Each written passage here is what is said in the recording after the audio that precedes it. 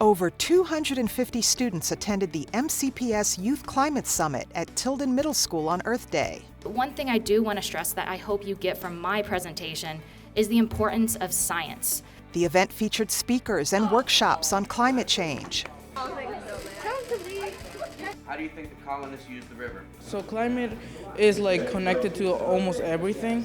So it's important to take care of the climate because it affects your food, your daily living. The more active students are now, we can encourage our school boards, the schools and our school boards to make more environmental friendly changes. For MCPS and Board of Education, we have a deep commitment to make our schools all green schools by 2035. And right now, we already have 97 schools that are green schools. So we, as a community, want to do our part in combat this bigger global issues.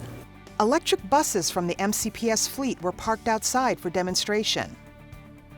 To make sure that all of our students across our very large district had an opportunity to attend, we wanted to give them free transportation to the event as an option. So we set up satellite stations at Seneca Valley High School, at Paint Branch High School, and at Blair High School, and we used our brand new fleet of electric buses to provide that transportation. So to demonstrate, to show that we are making a change in what we're doing at MCPS.